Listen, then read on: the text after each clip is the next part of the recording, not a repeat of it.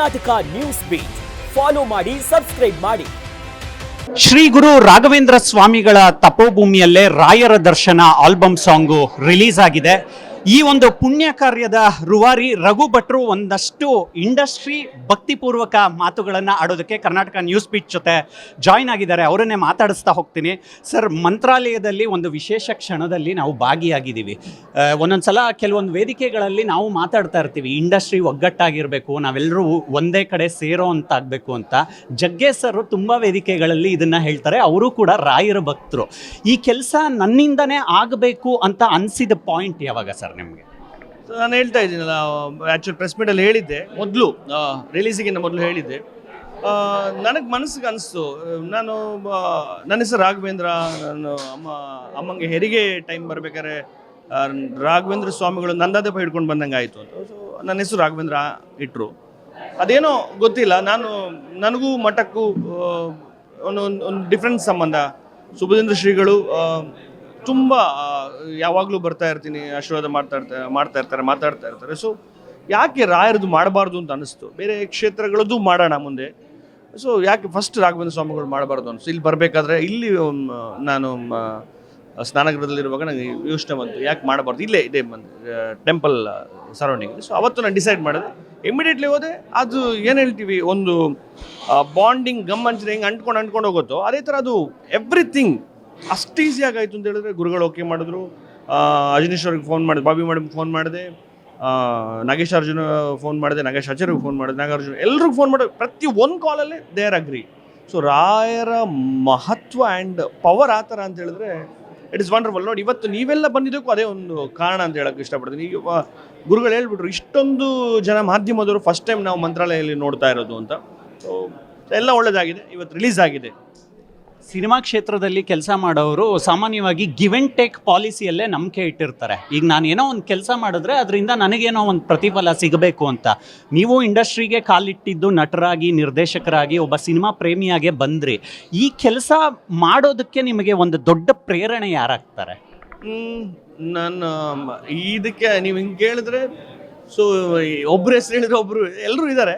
So ಅಮ್ಮ, ನನ್ನ ಶ್ರೀಮತಿ, ಈಗಂತೂ ಮದುವೆ ಆದಮೇಲೆ ಅಂತೂ ಪ್ರತಿಯೊಂದು ಹಂತದಲ್ಲೂ ಅವಳು ನನ್ನ ಜೊತೆನೇ ಇರ್ತಾಳೆ. ಎವ್ರಿಥಿಂಗ್, ಕಷ್ಟ ಸುಖ, ವೈಫ್ ಅಂತ ಹೇಳಿದ್ರೆ ಕಷ್ಟ ಸುಖ ಎಲ್ಲರೂ ಇರ್ತಾಳೆ. ಸೊ ಅಮ್ಮ ಆ್ಯಂಡ್ ವೈಫ್ ಇಬ್ಬರು ಅಂತ ಹೇಳ್ಬೋದು. ಯಾಕಂದರೆ ಆ ರೀತಿ ಕ್ವಶನ್ ನೀವು ಕೇಳಿದ್ದೀರಾ. ಆ್ಯಂಡ್ ಫ್ರೆಂಡ್ಸು ಎಲ್ಲರೂ ಇದ್ದಾರೆ, ನಿಮ್ಮಂಥ ಸ್ನೇಹಿತರು, ಮಾಧ್ಯಮ ಸ್ನೇಹಿತರು. ಸೊ ಒಬ್ಬರು ಹೆಸರು ಹೇಳಿ, ಯಾಕೆಂದರೆ ಒಬ್ಬರು ಹೆಸರು ಹೇಳಿಲ್ಲ ಅಂದರೆ ಅದು ಇದಾಗುತ್ತೆ. ಸೊ ಎಲ್ಲರೂ ಇದ್ದಾರೆ. ಏನೋ ಒಂದು ಮನಸ್ಸಲ್ಲಿ ಅಂದ್ಕೊಳ್ತೀವಿ ರಘು ಸರ್, ಅದು ಕಾರ್ಯ ಸಾಧನೆಗೆ ಬರಬೇಕು ಅಂದರೆ ದೈವದ ಅನುಬಲ ಬೇಕೇ ಬೇಕು, ಆ ಅನುಗ್ರಹ ಬೇಕೇ ಬೇಕು. ನೀವು ನೋವಲ್ಲಿದ್ದಾಗ, ನೀವು ಸ್ಟ್ರಗಲ್ ಟೈಮಲ್ಲಿ ಇದ್ದಾಗ ಈ ಆಲೋಚನೆ ಯಾವತ್ತಾದರೂ ಬಂದಿತ್ತಾ, ಈ ಥರ ಏನಾದರೂ ನಾನು ಮಾಡಬೇಕಲ್ವಾ ಅಂತ? ನಿಜವಾಗಿ ನೋಡೋಕ್ಕೋದ್ರೆ ಆಲೋಚನೆಗಳು ಬರ್ತಾನೇ ಇರುತ್ತೆ. ಏನಾದರೂ ಒಂದು ಮಾಡಬೇಕು, ಏನಾದರೂ. ಈಗ ನೋಡಿ, ಮಾಧ್ಯಮ ಪ್ರಶಸ್ತಿ. ಸೊ ನೀವೆಲ್ಲ ನೋಡಿ, ಅಲ್ಲಿ ಇಲ್ಲಿ ಬಂದಿದ್ದೀರಾ. ಪಾಪ ಕ್ಯಾಮ್ರಾಮನ್ ನೋಡಿ ಎಷ್ಟು ಕಷ್ಟಪಟ್ಟು ಲೆನ್ಸ್ ಶೇಕ್ ಆಗ್ಬಾರ್ದು, ಅಂದರೆ ಎನಿಥಿಂಗ್ ಅಷ್ಟು ನೀಟಾಗಿ ತೆಗಿತಾ ಇದ್ದಾರೆ. ಸೊ ನಿಮ್ಮನ್ನು ರೆಕಗ್ನೈಸ್ ಮಾಡೋದು, ನಿಮ್ಮ ಮನೆಯಲ್ಲಿ ಕೂಡ ನೀವು ಒನ್ನೊಬ್ದು. ನಾನು ಹೇಳ್ತೀನಿ, ನನಗೆ ಮಾಧ್ಯಮದವರು ಸೆಲೆಬ್ರಿಟಿ, ನನಗೆ ಅವ್ರು ಸೆಲೆಬ್ರಿಟೀಸ್. ಯಾಕಂದರೆ ಅವರೇ ಸೆಲೆಬ್ರಿಟೀಸ್ನ ಹುಟ್ಟಾಕ್ತಾರೆ ಅಂತ ಹೇಳ್ತಾರೆ, ಪತ್ರಕರ್ತರು, ಮಾಧ್ಯಮದವರು ಅಂತ. ಸೊ ನನಗೆ ನೀವೇ ಸೆಲೆಬ್ರಿಟೀಸು. ಯಾಕಂದರೆ ನೀವು ಇಲ್ಲ ಅಂದರೆ ಇಲ್ಲ. ಸೊ ಅದೇ ರೀತಿ ಸೊ ಏನಾದ್ರು ಒಂದು ಯೋಚನೆ ಬರ್ತಾನೆ ಇರುತ್ತೆ. ಸೊ ಇದೊಂದು ಬಂತು. ಈಗ ನೋಡಿ, ನೆಕ್ಸ್ಟ್ ನನಗೂ ಸರ್ಪ್ರೈಸ್, ನಿಜವಾಗೂ ಸರ್ಪ್ರೈಸು.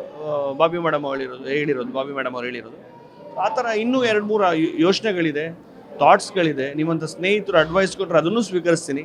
ಮುಂದೆ ಇನ್ನು ಹೊಸ ಯೋಜನೆಗಳು ಮಾಡೋಣ ಅಂತ ಹೇಳಕ್ಕೆ ಇಷ್ಟಪಡ್ತೀನಿ.